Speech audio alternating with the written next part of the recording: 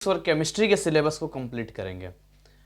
ये एक बड़ा ही शॉक्ड कर देता है कि कई स्टूडेंट मुझसे पूछ रहे थे ज्वाइन करने से पहले कि सर ये कैसे पॉसिबल है कि आप 2 महीने में जो है फिजिक्स और केमिस्ट्री दोनों का सिलेबस पूरा करवाने की बात कर रहे हैं। तो मैंने बस इतना ही कहा कि मेरे लिए भी बिल्कुल ऐसा ही था जब मैंने लास्ट ईयर 15 फरवरी को अपना पहला बैच स्टार्ट किया था और उसमें भी फिजिक्स और केमिस्ट्री ही थे। तो उसमें ये था कि एक इरादा ये था कि हमें सिलेबस को पूरा करना है, बच्चों के साथ ऐसा करना है कि अच्छे नंबर आए। हालांकि उस बैच में जितने स्टूडेंट थे सब नर्वस थे, कुछ थे पढ़ने से पढ़े हुए थे, लेकिन ऑलमोस्ट बहुत ही नर्वस थे और उनको लग रहा था पता नहीं पास कर पाएंगे कि नहीं पास कर पाएंगे, यही सारी चीज़ें मन में उनके अंदर चल रही थी। सो हमने कहा कि बस एक चीज़ आप ध्यान रखो कि आपको अपना काम करना है और अपना काम करते हुए आगे बढ़ते चलो। मैंने कहा मैं अपना बेस्ट दूंगा, उधर से आप अपना बेस्ट दो, हम दोनों अगर मिल जाएंगे तो बहुत बढ़िया हो सकता है। चाहिए क्या, एक अच्छा टीचर चाहिए, एक अच्छा स्टूडेंट चाहिए, रिजल्ट तो आ ही जाएगा। तो 1.5 महीने में इतना मेहनत किया उन लोगों ने, बहुत मेहनत किया और इतना बढ़िया मार्क्स उन लोगों का आया कि उन लोगों को विश्वास नहीं हो रहा था। केमिस्ट्री हाईएस्ट 95 गया था, फिजिक्स 84 गया और ऐसे स्टूडेंट थे जिन्होंने कहा कि हमें तो उम्मीद ही नहीं थी पास करेंगे और 70% आ गया, कोई बोल रहा है 80% आ गया। अब ठीक वही सीन सामने आया है 1 साल बाद। अगेन 1 साल बाद फिर से ये सीन रिपीट होने वाला है कि सेम फरवरी का महीना, वो भी फरवरी का महीना, फिर से अप्रैल का एग्ज़ाम, फिर से अप्रैल का एग्ज़ाम। तो जब बच्चों ने मुझसे कहा कि कैसे हो जाएगा, तो मैंने कहा ये मत पूछो कैसे हो जाएगा, बस ये आप तैयार रहो मेहनत करने को। कैसे होगा ये हो चुका है, बस हमें उसको फॉलो करना है। पाथ रास्ता बन चुका है, बस उसको हमें क्या करना है, फॉलो करते जाना है। तो कुछ चीज़ें हैं जो आज हम बात करेंगे आपके साथ में आज मैं कुछ ऐसी चीज़ें बताऊंगा जिसको स्मार्ट काम आप कह सकते हैं और उसको करने के बाद जो है डेफिनेटली एक आप ये कह सकते हैं कि आप एनर्जी की लैंग्वेज में, एक साइंस के लैंग्वेज में अपने लाइफ में चीज़ों को अच्छा कर सकते हैं। सो कैसे ये सारी चीज़ें होगी, क्या जाएगा, आइए हम लोग एक बार जानते हैं। तो एक बार इंट्रोडक्शन के लिए मैं बता दूं कि मैं आपका सूरज सर अगेन वेलकम करता हूं आज के इस सेशन में। और आज एक इंट्रोडक्शन क्रैश कोर्स का क्लास है जिसमें आज हम जो है कोई चैप्टर नहीं पढ़ाऊंगा मैं आपको, लेकिन आज का जो लेसन होगा, आज की जो चर्चा होगी वो आपके लाइफ में बहुत यादगार रह सकती है और अगले 2 महीने में आप रिचार्ज हो जाएंगे। तो मैं स्क्रीन पर जो है एक बार अपना ओपन कर लेता हूँ ताकि मैं आपके साथ कुछ रिटन वर्क करके जो है आपको समझा सकूं या बता सकूं। उसके बाद मैं स्क्रीन शेयर कर लेता हूं। ठीक है, ठीक है।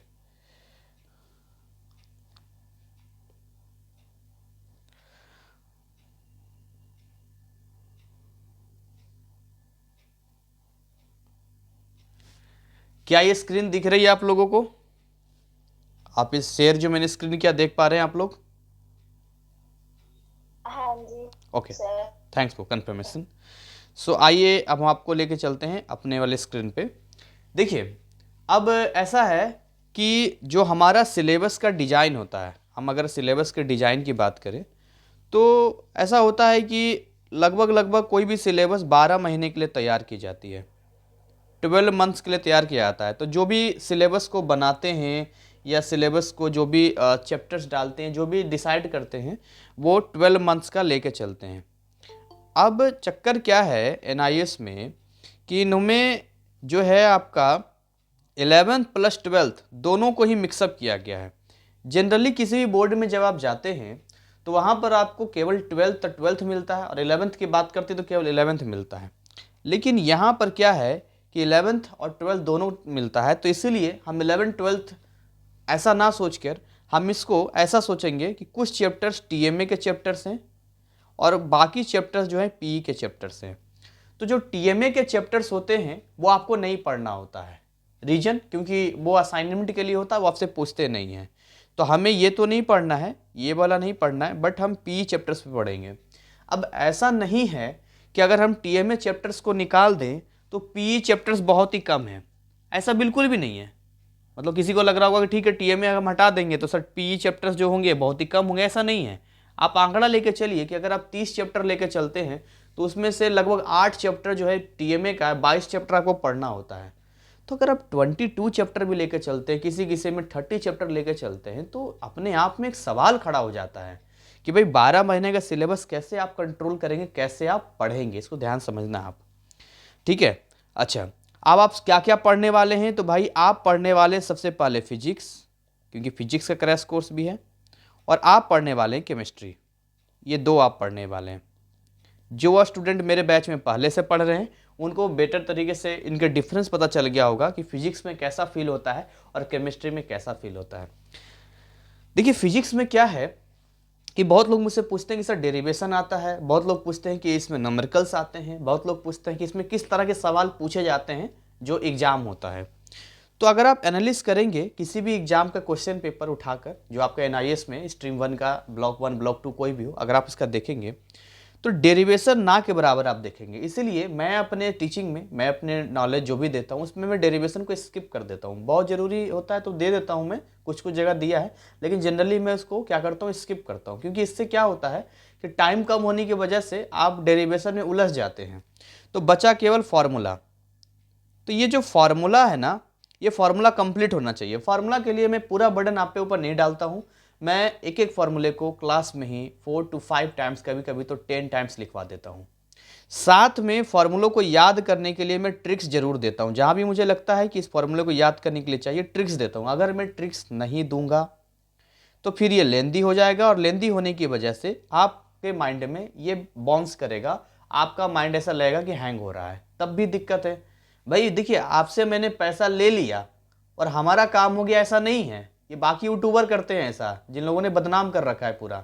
पढ़ाना तो उनको है नहीं, खुद से तो कुछ आता नहीं है, लेकिन क्या है कि भाई पैसा कमाने के लिए कुछ भी वो करते रहते हैं। तो कहने का मतलब ये है कि पैसा ले लिया, वो मेरा वो एक गुरुदक्षिणा है जो आपने दे दिया, अब मेरी रिस्पॉन्सिबिलिटी यहाँ से शुरू होती है। तो मैं बहुत सारी चीज़ें ऐसे नहीं आप पे थोप दूंगा और बाद में कहूँगा नहीं जी आपने तो किया नहीं था इसलिए रिजल्ट खराब हो गए। क्यों रिजल्ट खराब आएंगे? मैं आपको ब्लेम कर दूं, मैं आपको ब्लेम करूं, आप मुझे ब्लेम करें, इससे क्या हो जाएगा? मेरा तो कोई नुकसान नहीं होगा, लेकिन जो स्टूडेंट मुझ पे विश्वास कर रहे हैं, जो भी मुझ पे यकीन करके मेरे साथ ज्वाइन कर रहे हैं कि सर के साथ आते हैं अच्छे नंबर आ जाएंगे, तो आप सोचिए कोई छोटी मोटी चीज़ तो है नहीं। बहुत लोग प्रमोशन के लिए करते हैं, बहुत लोग नीट के लिए आते हैं, बहुत लोग मेंस के लिए हैं, कई लोग ऐसे हैं जो पायलट के लिए हैं। तो उनके पूरे के पूरे ज़िंदगी के साथ खिलवाड़ है ना, ये तो कैरियर के साथ खिलवाड़ है। तो ये सारी बातें जब मेरे माइंड में आती है तो मेरा माइंड ये कहता है कि हम कुछ ऐसा करते हैं जिससे कि आपके लिए चीज़ें आसान हो जाएं।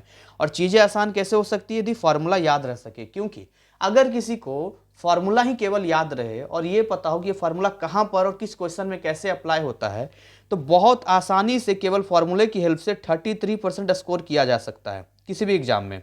खासकर फिजिक्स और मैथ दो ऐसे हैं जिनमें आप 33% अच्छे से स्कोर कर सकते हैं, केवल फार्मूला आपको पता हो तो ये मुझे अच्छे से पता है कि आपको मुझे क्या करवाना है जिससे कि आप पासिंग मार्क्स पहुंच जाएं। एक स्टेप आप पहुंच गए। देखिए दूसरा है थ्योरी। अच्छा, थ्योरी सेगमेंट में ऐसा है कि जब आप मेरे वीडियोज को देखते हैं और जब आप मेरे लाइव क्लास में आते हैं तो ऐसा इंटरेस्टिंग तरीके से मैं पढ़ाता हूँ। मैं अपनी तारीफ नहीं कर रहा हूँ, मैं अभी हम बातचीत करेंगे पुराने स्टूडेंट्स से जो ऑलरेडी इस पहले से पढ़ रहे हैं, वही अपनी जवानी आपको बताएंगे अपने मुंह से। तो मैं आपको बता रहा हूँ कि जैसे आप कपिल शर्मा का शो आप 2 घंटा भी देखेंगे तो आपको बोरिंग नहीं लगेगा, लेकिन अगर आप खुद से कुछ पढ़ने के लिए बैठेंगे या आप कुछ ऐसा पढ़ेंगे तो आपको आधे घंटे में लगता है यार बहुत हो गया। क्यों? इंटरेस्ट वाली बात आती है। तो मेरी एक कोशिश होती है कि आपके अंदर एक इंटरेस्ट डेवलप किया जाए। अगर मैं इंटरेस्ट डेवलप नहीं करूंगा, मैं बोल दूंगा ये एक फार्मूला है, ये ऐसा होता, ये होता, वो होता, चलिए क्लास ओवर। नहीं, क्लासेस जब मेरी होती है तो मैं प्रॉपर आपसे बातचीत भी करता हूँ। ऐसा लगेगा कि मैं आपका फ्रेंड की तरह हूँ, कभी लगेगा मैं आपके बड़े भाई की तरह हूँ, कभी आपको लगेगा कि ये तो हमारे एकदम जैसे हमारे आसपास के जैसे हैं वैसे ही बात कर रहे हैं, तो आपको ऐसा लगेगा कि नॉर्मल बातचीत हो रही है। तो ये जो बोरियत वाली बात आती है वहाँ से माइंड क्या होता है, अपना दरवाज़ा बंद कर लेता है, कहता है कि हम अपने माइंड में अब इन चीज़ों को नहीं घुसने देंगे। तो थ्योरी सेक्शन में सुनते सुनते ही बहुत सारी चीज़ें आपको याद हो जाएगी। लगभग मान के चलिए 30 to 40% डायरेक्ट याद हो जाता है। मतलब वो चीज़ें अभी मतलब हाल फिलहाल का है ना, अभी 2 महीने में भूलेंगे नहीं आप। बाकी जो कुछ बचेगा उसको आप मैं नोट्स दे दूंगा, उसको आप पढ़ लीजिएगा, कुछ याद कर लीजिएगा, कुछ क्वेश्चंस प्रैक्टिस कर लेंगे। तो मिला जुला कर अगर आप फिजिक्स की बात करें तो बहुत ही आसान शब्दों में बताऊं, 60% तो आसानी से स्कोर किया जा सकता है। 60%, अगर मैं 60% की बात करता हूं तो ये 60% स्कोर करना कोई बड़ी बात नहीं है, बहुत आसानी से आप 60% स्कोर कर सकते हैं। अब जो स्टूडेंट और मेहनत करेंगे, है नहीं, जो और वर्किंग करेंगे तो 70% ला सकते हैं, वो 80% ला सकते हैं, लेकिन 60% तो हमारी कोशिश रहती है कि मैं आपको पहुंचा दूं। तो फिजिक्स की ऐसा हालचाल है कि भाई फिजिक्स को समझना और फिजिक्स के साथ दोस्ती करना ये वैसा ही है जैसे कोई लड़का किसी लड़की को प्रपोज करने के लिए सोचता है। तो उसको कैसे बात करेगा, शुरुआत में तो उसे समझ में नहीं आएगा, हो सकता है एक दो झापड़ भी खाना पड़ जाए उसको, है नहीं, पिटाई पिटाई भी हो जाए, वो टेंशन कुछ भी हो जाए। तो फिजिक्स में भी पढ़ने जाएंगे, वो कुछ समझ में नहीं आएगा, कहीं लगेगा मैथ आ गया, कहीं लगेगा डिफ्रेंसिएशन आ गया, कहीं लगेगा ये आ गया, कभी वो आ गया, ऐसे लगेगा आपको। लेकिन धीरे धीरे धीरे धीरे लगे रहेंगे लगे रहेंगे लगे रहेंगे, तो जो अटपटी चीज़ें हैं वो चटपटी लगनी शुरू हो जाएगी। ठीक है, और आते हैं अपने केमिस्ट्री के ऊपर। देखिए केमिस्ट्री जो है, केमिस्ट्री में नंबर स्कोर करना आसान है बशर्ते थोड़ी सी मेहनत की जाए, क्योंकि फिजिक्स एक पैटर्न पे चलता है। फिजिक्स का अपना एक पैटर्न है, आप चैप्टर पढ़िए, उनके न्यूमेरिकल्स होते हैं, उनके फार्मूला याद कीजिए, और देन आफ्टर जो लगभग एक पैटर्न आपको लगेगा, हर चैप्टर में फार्मूला आपको मिलेगा, न्यूमेरिकल्स मिलेंगे, एक पैटर्न जैसा आपको मिलेगा। लेकिन केमिस्ट्री का हिसाब किताब थोड़ा सा अलग है। केमिस्ट्री में क्या है कि इसको 3 ब्रांच में बांट दिया गया है। अब 3 ब्रांच में बांटने की वजह से जो सबसे पहला ब्रांच है वो फिजिकल। अब फिजिकल तो फिर भी लगता है कि ठीक है, फिजिक्स के पैटर्न पे चलता है फिजिकल केमिस्ट्री, इसमें न्यूमेरिकल्स आते हैं और इसमें कॉन्सेप्ट है, थ्योरी, मतलब आपको जो पढ़ना है उससे ज़्यादा न्यूमेरिकल्स ही पूछ देते हैं, इसमें मिक्सअप होता है। तो जिनका भी तो ऐसा लगता है कि मैथ, देखिए मैथ वाले जो भी क्वेश्चन होते हैं उसमें नंबर कम कटता है, तो इसलिए मैं जोर देता हूँ कि नंबर आप हमेशा वहाँ से ज़्यादा स्कोर कर सकते हैं जहाँ मैथमेटिकल टर्म होगा, वहाँ नंबर कटने के कम चांस होते हैं। थ्योरी सेगमेंट में नंबर ज़्यादा कटता है। अब आते हैं इनऑर्गेनिक केमिस्ट्री, जो सीक्वेंस वही बता रहा हूँ मैं आपको बुक का। तो इनऑर्गेनिक में आते हैं आप, तो इनऑर्गेनिक में पूरी की पूरी थ्योरी भरी पड़ी है, पूरा थ्योरी भरा पड़ा इनऑर्गेनिक वाले में। अच्छा ऑर्गेनिक पे आते हैं, तो ऑर्गेनिक है भूल भुलैया, बूझो तो जाने, हैं कुछ इस तरीके से है, रिएक्शन ही रिएक्शन है, कैसे आईपेक नेम देते हैं, कैसे क्या देते हैं, ये देते हैं वो देते हैं। तो कहने का मतलब है कि इसमें रिएक्शंस की भरमार है, थ्योरी भी है रिएक्शंस भी है, रिएक्शंस है और क्या है, थ्योरी है यहाँ पर। और इसमें ओनली थ्योरी है, और इसमें आपको न्यूमेरिकल है, इसमें आपको न्यूमेरिकल मिलता है प्लस इसमें आपको थ्योरी मिलता है। ठीक है, अब यहाँ पर क्या है कि अगर आप इसमें पास करना चाहते हैं तो इन तीनों में से कोई 2 को साथ लेकर चलना पड़ेगा। वैसे आप कोशिश करें कि तीनों साथ लेकर चलें, लेकिन 2 आपका मेजर पोर्शन होना चाहिए। अब देखिए इनऑर्गेनिक को तो पक्का कर ही लीजिए आप, क्योंकि इनऑर्गेनिक थ्योरी है, समझ में भी आएगा और आराम से इसको आप याद कर सकते हैं। तो एक तो आपका पक्का हो गया, बचा लेफ्ट और राइट, यानी फिजिकल और ऑर्गेनिक। अब ऐसा है कि फिजिकल केमिस्ट्री और ऑर्गेनिक केमिस्ट्री में अब आपकी चॉइस पे डिपेंड करेगी। जैसे कि अगर आपका मैथ कमजोर है तो आप ऑर्गेनिक रिएक्शंस में ज़्यादा मेहनत कर सकते हैं। हालांकि मैं हमेशा प्रेफर करता हूं, अगर आप मुझसे पूछेंगे तो ज़्यादा भवदार आपको फिजिकल केमिस्ट्री मिलेगा। ऑर्गेनिक कब धोखा दे देगा, कब पलट जाएगा, आपको पता भी नहीं चलेगा। क्यों, रिएक्शंस ही इतने भरे पड़े हैं। हालांकि इसका भी मैं बताता हूँ, इसको भी हमने बहुत ईजी कर रखा है। फिर भी अगर आप 50% भी लेके चलते हैं फिजिकल और 50% भी अगर ऑर्गेनिक लेके चलते हैं, तब भी आपका काम हो सकता है। तो आप बिल्कुल इग्नोर करके ना चलें कि ठीक है हम ऑर्गेनिक फिर छुएंगे ही नहीं, है ना, हम फिजिकली पढ़ लेते हैं सर, इनऑर्गेनिक पढ़ लेते हैं, पास हो जाएंगे। तो ऐसा भी आपको नहीं करना है। अब फिजिकल केमिस्ट्री बिल्कुल सीक्वेंस में पढ़ेंगे, बहुत अच्छा लगेगा, मजा आएगा पढ़ने में। इनऑर्गेनिक अच्छा लगेगा, थ्योरी है बिल्कुल आसान लगेगा। ऑर्गेनिक में आएंगे बिल्कुल नई नई चीज़ें आएंगी। तो मैंने 10 कैप्सूल तैयार कर रखा है, मतलब 10 वीडियो तैयार कर रखा है जो मैं आपको दूंगा। इन 10 वीडियोज में जो मैं आपको दूंगा, इसमें आप जिन लोगों ने देख रखा है वो फिर से देखेंगे, अगर उनको कमजोर होगा तो वो रट जाना चाहिए। छोटे छोटे वीडियो 15-15, 20-20 मिनट का, आधा घंटे का, तो उसमें मैंने निचोड़ कर दिया है। अगर वो 10 वीडियो कोई अच्छे से देख ले तो फिर आप जिस चैप्टर में घुस जाइए हर चैप्टर आपको समझ में आएगा। कहीं भी आप चले जाइए वहां पर हर चीज आपको समझ में आएगा। मतलब वो 10 चैप्टर आपके लिए आसान कर देता है। अगर आप उन 10 वीडियो के अलावा उस वीडियो को ना देखें, डायरेक्ट आप ऑर्गेनिक के चैप्टर्स में आए, तो आपको हर एक ही जैसा लगेगा। आप देखते हैं चाइना में जाएंगे तो सब आपको एकदम चाइनीज एक जैसा लगेगा, है नेपाली भी लगभग एक जैसा लगते हैं, तो आप डिफरेंस नहीं क्रिएट कर पाएंगे। तो वैसे ही ऑर्गेनिक किसी चैप्टर में घुसेंगे तो यहाँ भी रिएक्शन दिखेगा, यहाँ भी रिएक्शन दिखेगा, यहाँ भी रिएक्शन दिखेगा, कहीं सिंगल बॉन्ड है, कहीं डबल बॉन्ड है, कहीं ट्रिपल बॉन्ड है, बड़ा कंफ्यूजन हो जाएगा। कहीं कुछ कैटलिस्ट यूज कर रहा है, कहीं कुछ कैटलिस्ट यूज कर रहा है, कहीं ये मैकेनिज्म हो रहा है, कहीं ये मैकेनिज्म हो रहा है। तो इतनी सारी चीज़ें आती है। और दूसरी बात, जो चैप्टर्स मैंने पढ़ाया ऑर्गेनिक रिएक्शंस में, उसको स्टोरी में डाल दिया है। मतलब 3 चैप्टर तो ऐसे हैं जिनमें एक शराबी के स्टोरी पर ही तीनों को चैप्टर मैंने बना दिया है। वो शराबी की कहानी याद रखिए, वो सारा चैप्टर आपको याद हो जाएगा। तो जहाँ तक मैं अपना बेस्ट दे सकता था मैं दूंगा, बाकी आपका काम रहेगा मेहनत करना। तो ये जो था केमिस्ट्री का हालचाल है, फिजिक्स केमिस्ट्री, ये दोनों चीज़ें का है जो कि क्रैश कोर्स का हिसाब किताब है। तो चलिए यहाँ तक तो मैंने ये सारी चीज़ें बता दिया, पहला मेरा क्लियर हो गया। अब आप लोगों में से अगर किसी को इसके रिगार्डिंग कुछ पूछना है तो पूछ लीजिए, अदरवाइज हम सेकंड राउंड पे चलेंगे जहाँ पर मैं कुछ बातचीत करूँगा अपने पुराने विद्यार्थियों से। तो जितने जो भी नया पुराना जिसको भी इससे रिगार्डिंग पूछना है, सिलेबस के बारे में, कोर्स के बारे में, कोई मन में शंका से पूछ सकता है। जी पूछिए, जिसको पूछना है, क्या पूछना चाहते हैं बताइए।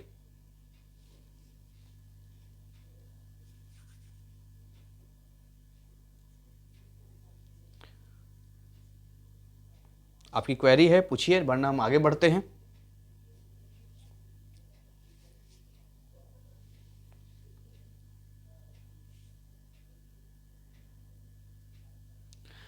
फिजिकल केमिस्ट्री कौन सा चैप्टर है? देखिए ये तो स्टार्टिंग से आप जो भी चैप्टर्स देखेंगे, आप चैप्टर 1 से देखेंगे तो उसमें लिखा होगा, मतलब लास्ट इसका शायद chemical kinetics, I think PE chapters में केमिकल काइनेटिक्स पे जाके ख़त्म होता है।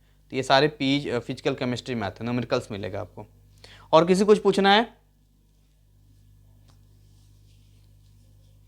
ठीक है, तो अब जैसे कि मैंने आपको बताया, मैं केवल आपके कॉन्फिडेंस के लिए बता रहा हूँ, है ना, ऐसा नहीं है, क्योंकि माइंड को वो करना ज़्यादा सही रहता है। सबसे पहले हम फिजिक्स पे आ जाते हैं। तो फिजिक्स जो भी मेरे पुराने स्टूडेंट हैं, मैं पहले पूरा बात सुन लीजिएगा, जो भी मेरे पुराने स्टूडेंट हैं, जो अभी प्रेजेंट हैं, जो आप पढ़ चुके हैं, मेरा क्लास ज्वाइन करने से पहले आपका फिजिक्स कैसा था? मैं ये तो आपसे नहीं कहूँगा कि आप बिल्कुल 100% कंप्लीट आपका हो चुका है, आप कुछ भी बना देंगे, क्योंकि आप भी एक आध 1.5 महीने पहले ही ज्वाइन किए हैं। तो मैं ये नहीं कहूँगा कि आप परिपूर्ण हो गए हैं, आपके पास टाइम है, आप भी पढ़ेंगे, आप भी रिवीजन होगा। अब मैं आपसे कोई सवाल नहीं पूछूंगा, बस मैं ये आपसे एक पूछना चाहता हूँ कि जब मेरा क्लास ज्वाइन आपने किया था उससे पहले आपका फिजिक्स का नज़रिया, और क्लास ज्वाइन करने के बाद 1-1.5 महीना पढ़ने के बाद क्या कुछ अब आपको लगता है फिजिक्स को लेकर, अपना ओपिनियन या कोई भी चीज़, कोई भी बताना चाहते हैं तो बता सकते हैं। अब मैं ऐसे नाम तो नहीं ले पाऊंगा, लेकिन अगर आप मेरे स्टूडेंट हैं, आपको चीज़ें हैं, तो आप बढ़ चढ़ के पार्टिसिपेट कीजिए और बताइए। सर जब मैंने ज्वाइन किया था तो एक्चुअली मुझे डर लगता था ये जो फिजिक्स और केमिस्ट्री है इससे, बट ये तो मुझे नहीं पता जो मेरे को क्या आता है नहीं आता, बट इतना तो श्योर हो गया सर ना जो मैं कर सकती हूँ ये। और सबसे इम्पोर्टेंट बात तो ये है सर ना, जैसे आप करवाते हो ना वैसे कोई ऑफलाइन में भी कोई टीचर ऐसे नहीं करवा सकता। ठीक है, बहुत अच्छा लगा, आपने अपना ओपिनियन दिया। और कोई है जो ऐसा आपको लगा कि वो चैप्टर बिल्कुल हार्ड लग रहा था, लेकिन सर ऐसा होने की वजह से अब थोड़ा सही लगता है या आसान लगता है? और कोई है यहाँ पे? बड़ा अच्छा लगा, पार्टिसिपेट किया आपने, आ गया। सर फिजिक्स की आपकी यूट्यूब पर वीडियो देखकर पास कर पाया सारे। वॉइस में अगर आप बोल पाएंगे ज़्यादा अच्छा होगा, स्क्रीन वॉइस पे बोलेंगे ज़्यादा सही रहेगा, वरना आप मैसेज भी कर सकते हैं। खैर एनीवे, मैं इसलिए केवल पूछ रहा था ये चीज़ें कि जो मेरे पुराने स्टूडेंट हैं अगर वो सामने आएंगे, हाँ, तो नए वालों को थोड़ा सही लगेगा कि हाँ ठीक है ये चीज़ें हो सकती है। ठीक है, चलिए। तो ये तो कोई कहने या पूछने वाली वैसे बात नहीं थी, ऑलरेडी मैंने बहुत सारे वीडियोस दे रखे हैं जिनको देखकर हर कोई समझ सकता है, देख सकता है ईजी से ईजी तरीके में। अब मेरा जो एक टाइमिंग रहेगा वो मैं टाइमिंग थोड़ा सा क्लियर करके बता देता हूँ, फिर उसके बाद मैं आपको एक मोटिवेशन कहिए या एक साइकोलॉजी कहिए या आप जो बोल सकते हैं, एक ऐसा तरीका बताने वाला हूँ जिसको अगर आपने फॉलो किया तो आपका मेहनत तो खैर रहेगा ही रहेगा, लेकिन वो करने के बाद जो मैंने शुरू में बोला था वो मैं आपको अगले 5-10 मिनट में क्लियर करने वाला हूँ। कॉपी पेन आप लोग तैयार रखिएगा, क्योंकि मैं छोटा सा एक कैलकुलेशन आपसे करवाऊंगा और आपको ये प्रूव करके दिखाऊंगा साइंस के टर्म में। देखिए मैं कोई हवा में बातें नहीं करूंगा, साइंस का टीचर हूं, साइंस के टर्म में आपको समझाऊंगा कि कैसे आप अपने मार्क्स को और इंप्रूव कर सकते हैं अपने ब्रेन की एनर्जी से। इस एनर्जी का, जो आप लॉ ऑफ अट्रैक्शन कहते हैं, बाकी सारी चीज़ें कहते हैं। तो इस पे इन दिनों काफ़ी मैं सोचता रहता हूँ, काफ़ी माइंड में मेरी बातें आई है जो मैं आपके साथ शेयर करूँगा, और कहीं से कोई कॉपी पेस्ट नहीं है, ये खुद ही मैं आत्मचिंतन करता रहता हूँ। बहुत सारी किताबें पढ़ता रहता हूँ। आज ही मैं बुक ढूंढने गया था सुधीर दीक्षित की, टाइम मैनेजमेंट, मुझे नहीं मिली। सीपी में थी इंग्लिश मीडियम की, तो मैंने सोचा हिंदी वाली मिल जाए तो ठीक है, गलती किया, ले लेना चाहिए था इंग्लिश वाला ही। फिर एक बुक बड़ी अच्छी थी, ego is enemy, atomic habits, बड़ी सोच का बड़ा जादू, how to influence the people. ऐसे बहुत सारे बुक हैं कि बहुत सारी चीज़ें मैंने पढ़ी है, रिच डैड पुअर डैड, बहुत किताबें मैं पढ़ चुका हूँ। तो वहाँ से क्या है कि बहुत सारे थाउट आते हैं, बहुत सारे विचार मन में आता है, सोचता रहता हूँ, एनर्जी के बारे में सोचता रहता हूँ। लेकिन पहले टाइम टेबल क्लियर कर दूँ, फिर वो भी मैं आपको बता देता हूँ। अभी जो बताऊँगा वो लाइफ लॉन्ग आप किसी को बता भी सकते हैं, हो सकता है इन फ्यूचर आप एक अच्छी मदर, अच्छे फादर, एक अच्छा अंकल, जो भी आप फैमिली में हो आप बने, तो आप अपने बच्चों को गाइड कर सकते हैं। अपने फैमिली मेम्बर को डिप्रेशन में, आप उसको ये बता सकते हैं, इनफैक्ट खुद को मोटिवेट कर सकते हैं, अगर वो चीज़ आपको क्लियर हो जाएगा तो टाइमिंग अगर पहले क्लियर कर लेते हैं। टाइमिंग जो अपना रहने वाला है वो इवनिंग में रहने वाला है। इवनिंग का टाइम रहेगा 7:30 PM। अब इसमें चलेगी क्लास अल्टरनेट, ठीक, अल्टरनेट क्लास चलेगा। MWF यानी मंडे, वेडनेसडे और फ्राइडे को हमारा चलेगा फिजिक्स, बिंदास तरीके से। और सबसे ज़्यादा मुझे मज़ा फिजिक्स में पढ़ाने में आता है। इसका मतलब ये कोई ना समझे कि सर केमिस्ट्री बेकार पढ़ाते हैं। TDS में चलेगा केमिस्ट्री, ये बहुत ही प्यारा सब्जेक्ट है, गोलू मोलू साहब, है ना, ये जल्दी समझ में आ जाता है, ठीक है। तो ये अपना टाइमिंग रहेगा 7:30 और फिजिक्स का। बाकी बायो का भी क्लास अभी रन कर रहा है, मैथ का भी कर रहा है, तो जो बायो और मैथ का करना चाहते हैं वो भी कर सकते हैं। उसकी टाइमिंग 8:40 से है। चलिए अब हम आपके सामने लेकर आते हैं वो खजाना जो मैं आपको देना चाहता हूँ। सबसे पहले जो है मेरे पास ऑलमोस्ट टाइम है अभी,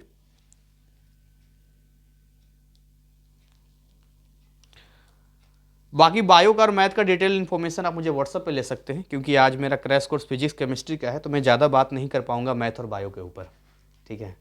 तो आज मैं पूरे गेटअप में हूँ और काफ़ी सारी चीज़ें बात करनी थी, तो आप मुझे पर्सनल कॉल कर सकते हैं या मैसेज कर सकते हैं, मैं डिटेल बता दूंगा। देखिए यहाँ पर जो पूरी बात आती है एनर्जी की, एनर्जी मतलब ऊर्जा, जिसको कई बार आप कहते हैं इत्तेफाक है, या कई बार कहते हैं कि ये ऊर्जा को हम नहीं मानते हैं। कई लोग कहते हैं कि हम भगवान को नहीं मानते हैं। आप देखिए अलग अलग धर्म में, मुस्लिम अल्लाह को मानते हैं, हिंदू भगवान कहते हैं, क्रिश्चियन गॉड कहते हैं। That's all what I think, मेरे हिसाब से it's a format of energy. ये एनर्जी होता है जो आपको क्या करता है, अंदर से आपको एक मतलब कहते हैं ना कि हीलिंग करता है आपके आत्मा को, आपकी चीज़ों को।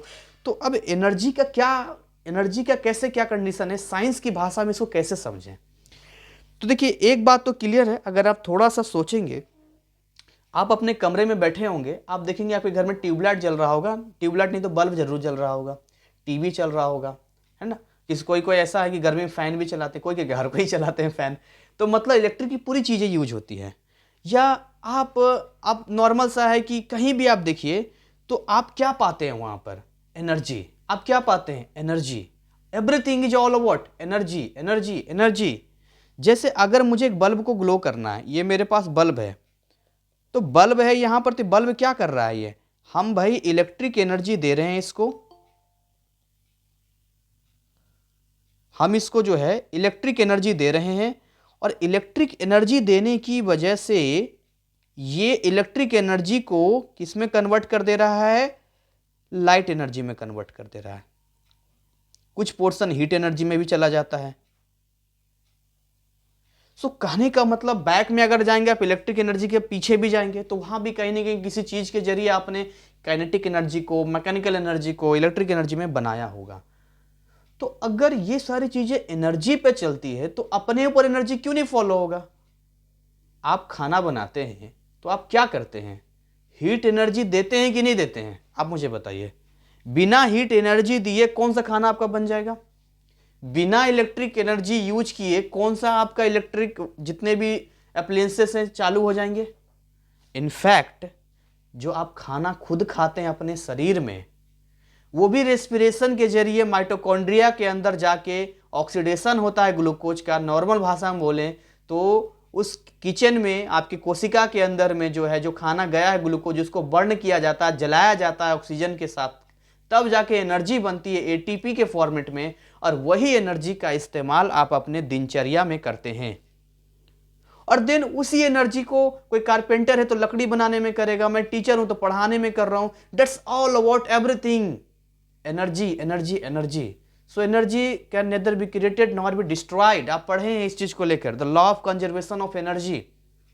एनर्जी को ना हम बना सकते हैं ना ही हम विनाश कर सकते हैं, but it can change its form, one form to another form. एक रूप से दूसरे रूप में ट्रांसफर ये होता है।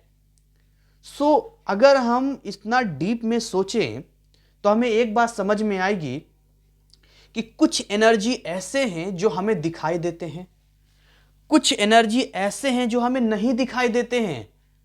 अब जो नहीं दिखाई देता इसका मतलब ये तो नहीं है कि उसका एग्जिस्टेंस ही नहीं है।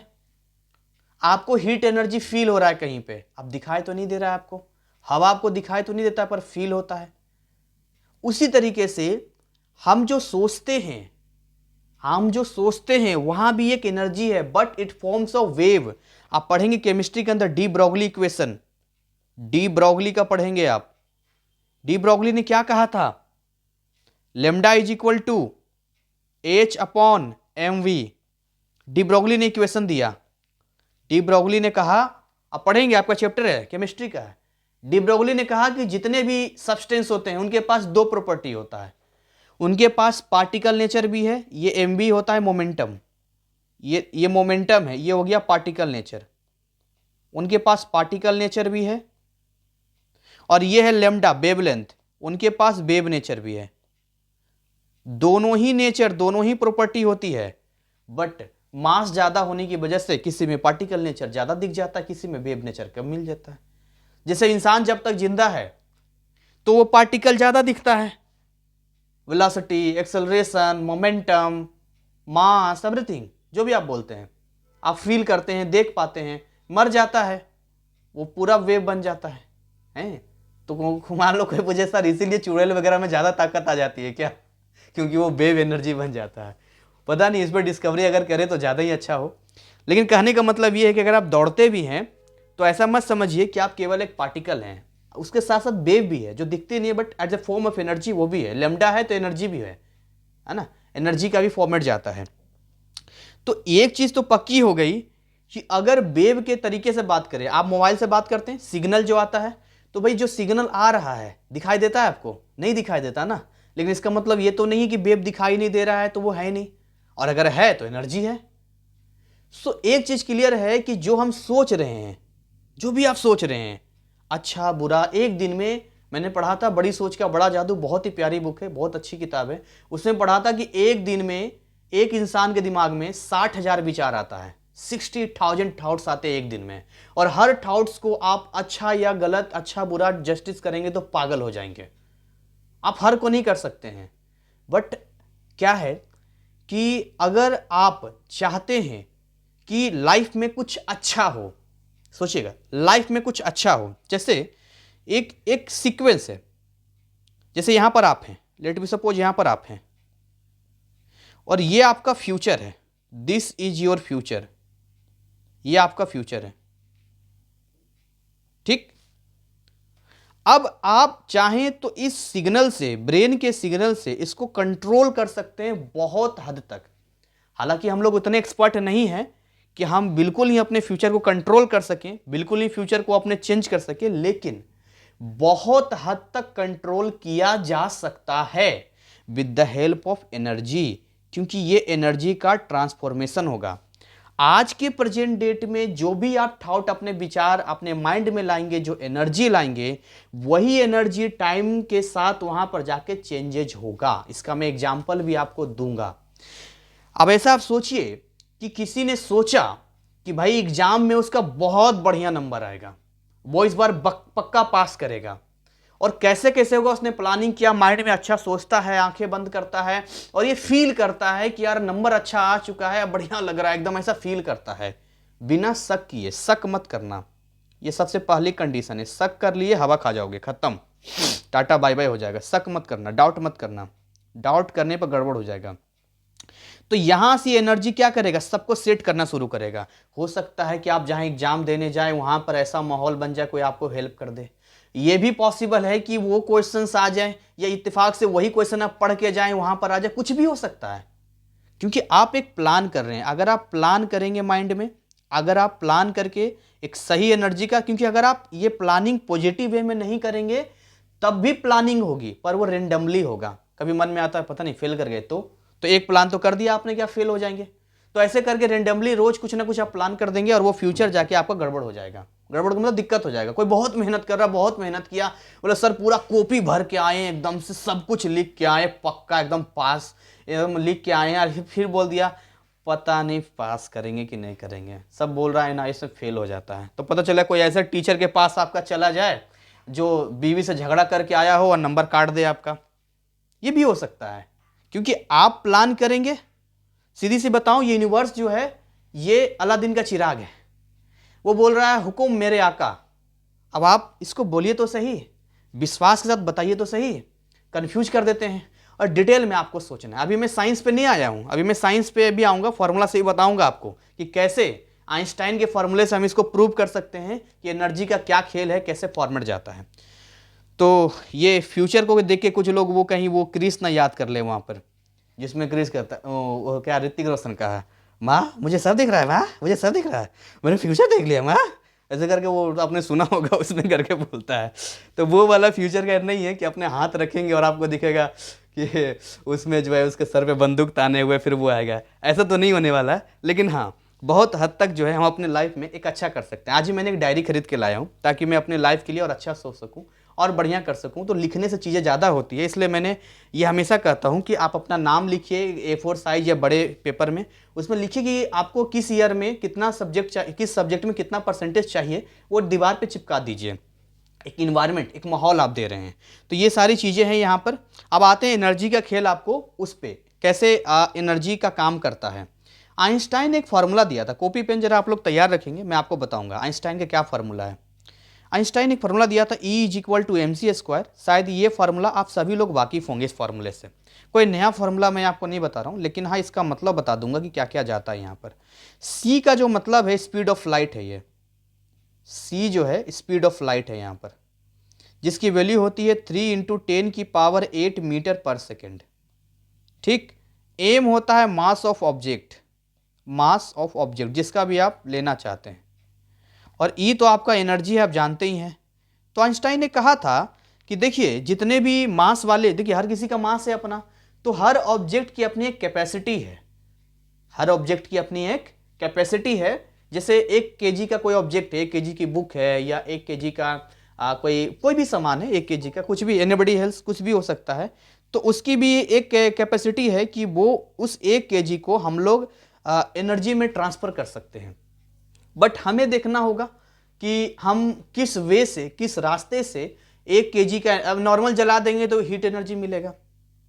नॉर्मल अगर किसी बुक को, किसी पेपर को, किसी लकड़ी को, 1 किलो की लकड़ी को आप जलाएंगे तो एक हीट एनर्जी आपको मिलेगा, और क्या मिलेगा आपको, नॉर्मल सा मिलेगा। लेकिन अगर आप इस फॉर्मूले पर आते हैं तो यहां पर आपको एक चीज क्लियर हो जाएगा कि अगर 1 ग्राम भी अगर ऑब्जेक्ट होगा तो उससे भी बड़ी भारी मात्रा में एनर्जी में ट्रांसफॉर्म किया जा सकता है, बट सही वे में होना चाहिए।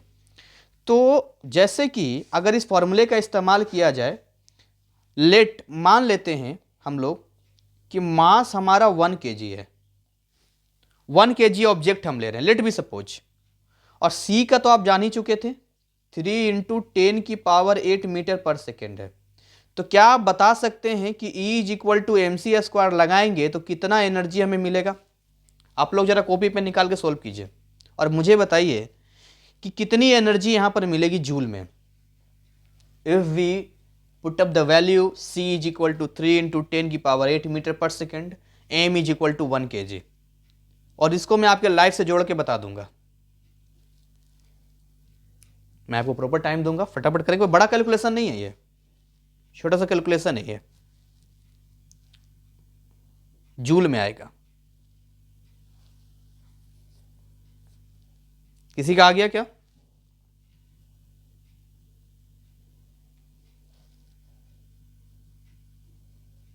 आप सभी लोग करेंगे, करके देखिए जरा कितना आया। 9 × 10⁻16, यानी कि अगर मैं यहां पर पुट करूं तो ये तो 1 हो गया, और ये 3 × 10⁸ का स्क्वायर कर दूंगा मैं। सो डैट मीन 3 3 जा 9 और ये 10⁻16 ये जूल में आ गया। ये हमारे जूल में, ध्यान दीजिएगा। कहने का मतलब हुआ कि जो एनर्जी हमारे पास आया है वो कितना आया है, 9, 1 2 3 4 5 6 7 8 9 10 11 12 13 14 15 16 इतना जूल। ओ माय गॉड, इकाई दहाई सैकड़ा हजार 10,000 लाख 10 लाख गिनती खत्म।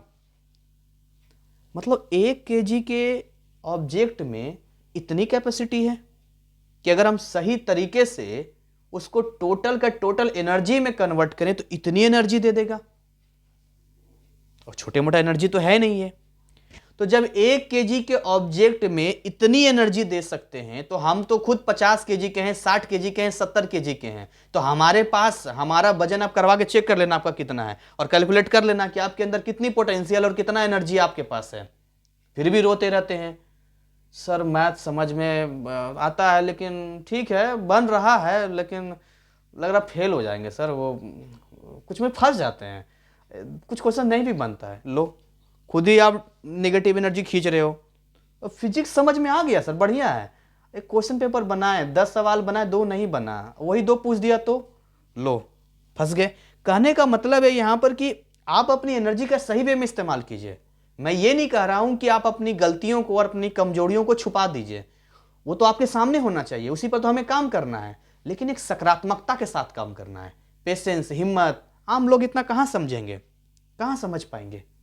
अच्छा, ये भी नहीं है कि आपको सर ये 1 kg का ऑब्जेक्ट है, इतना जूल कैसे ट्रांसफर होगा। तो ना 1 kg का ऑब्जेक्ट में ना आंख है, ना नाक है, ना पांव है, कुछ नहीं है, लेकिन भगवान ने आपको 2 आंखें दिया है, 2 कान दिया है, इतना बढ़िया ब्रेन दिया है, everything, intestine, small intestine, large intestine, stomach है, हार्ट है, लंग्स है, किडनी है, व्हाटएवर क्या नहीं है आपके पास।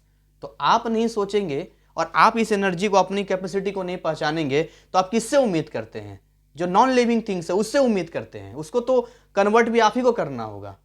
तो अपने अंदर की चीजों को समझिए, साइंस में भी प्रूवन है ये, ठीक है। तो कोई सोच रहा है सर मांस बढ़ने से एनर्जी बढ़ जाती है, अब हम ज्यादा खाना पीना खाएंगे, अब मांस हम बढ़ा लेते हैं, अब 70 से 80 किलो कर लेते हैं, अब ऐसा है ना, अब एनर्जी हमारी ज्यादा हो जाएगी। आप 1 kg एनर्जी को ही कर लो ना इतना, तो ही बड़ी बात है। कहाँ आप 50-60 kg एनर्जी को करोगे। मैं तो केवल समझाने के लिए आपको बता रहा था। टोटली का टोटली अगर आप कर देंगे तब तो बहुत अदृश्य हो जाएंगे आप, मतलब टोटली सब एनर्जी में कन्वर्ट हो जाएगा, तब तो कुछ कह ही नहीं सकते यहाँ पर। तो ये मैंने देखिए प्रूव करके दिखाया मैंने कि किस तरीके से एक एनर्जी का फॉर्मेट है। एवरीथिंग, जब भी आपको लगे आप सोचना कि दुनिया में हर काम तो एनर्जी पर ही चल रहा है, एनर्जी ट्रांसफॉर्म करता, तो आप भी करके देखिए। और अब मैं आपको बताता हूं इसका एक्सपेरिमेंट का कुछ एग्जाम्पल, जो कि हवाई बातें नहीं है, ठीक है। सबसे पहली बात तो मेरे पास इतना टाइम नहीं है कि मैं आपको वो दिखा पाऊं। आप एक काम करना, यूट्यूब पर जो है, यूट्यूब पर सर्च करना आप द सीक्रेट, जिस लैंग्वेज में आपको देखना है, हिंदी तो हिंदी लिख लेना। एक डॉक्यूमेंट्री है ये, डॉक्यूमेंट्री है ये, जो द लॉ ऑफ अट्रैक्शन के बारे में डिटेल बताता है। ये यूरोप में इसको 1970 के दौर में इसको किया गया था, बट उसको बैन कर दिया गया था, क्योंकि इसके अंदर ऐसी ऐसी चीज़ें बताई गई। ये जो चीज़ें मैंने बताई, खैर इससे भी मतलब उसमें था, बहुत सारी चीज़ें छुपा दी गई। अब तो खैर खाली उसमें ये दिखाएगा कि कौन कौन आया, कैसे क्या करेंगे, इतना ही दिखाएगा। मेन मेन चीज़ें तो अभी भी उसमें नहीं है, लेकिन ठीक है, इतना है कि आप उससे आपको अच्छा लगेगा देख के, आपको ज़्यादा क्लियर हो जाएगा। तो इसको आप देख सकते हैं, ठीक है। इसके अलावा आप अपने लाइफ में एक डायरी जरूर मेंटेन करें। डायरी में रिटेन होना चाहिए, ये उसमें सब बताया गया है, रिटेन होना चाहिए। इसको बोलते हैं द लॉ ऑफ अट्रैक्शन। अगर कोई बोलता है कि हम लॉ ऑफ ग्रेविटी को नहीं मानते हैं, तो छत पर से कूद कर देख सकता है, बट कमर में रस्सी बांध लेना।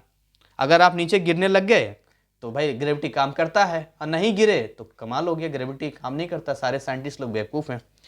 तो ठीक वैसे ही जो है रिटेन वर्क होना बहुत ज़रूरी है। तो अब मैं आपको बताता हूँ इसमें कुछ ऐसी बातें जो जाने अनजाने में, जो लॉ ऑफ ग्रेविटी का था, मेरा हिसाब किताब बताता हूँ आपको। मैं एक बहुत ही छोटे गांव से बिलोंग करता हूँ, बिहार में एक छोटा सा गांव, और ऐसा है पहाड़ के नीचे है, कोई बड़ा ऐसा नहीं है, और बहुत ही सिंपल मेरा लाइफ था। बचपन से बस एक ही उद्देश्य था, पढ़ाई करनी है और अच्छा करना है, अच्छा करना है।